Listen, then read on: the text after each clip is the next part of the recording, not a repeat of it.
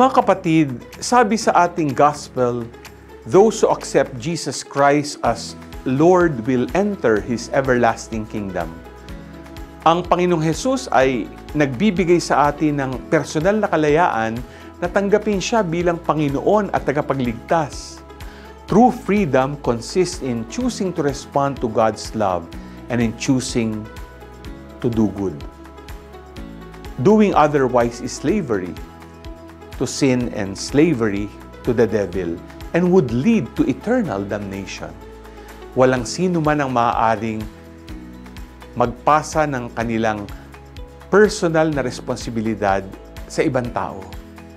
Ang araw ng paghuhukom ng Diyos ay isang dahilan para sa malaking kagalakan at gantimpala para sa mga naghihintay ng may matyagang pag-asa at pananabik sa muling pagbabalik ng Panginoong Hesus sa kalulwatian at kapangyarihan. Handa ka bang sumunod sa utos ng Diyos na may pagtsatsaga at pananabik? G ka ba?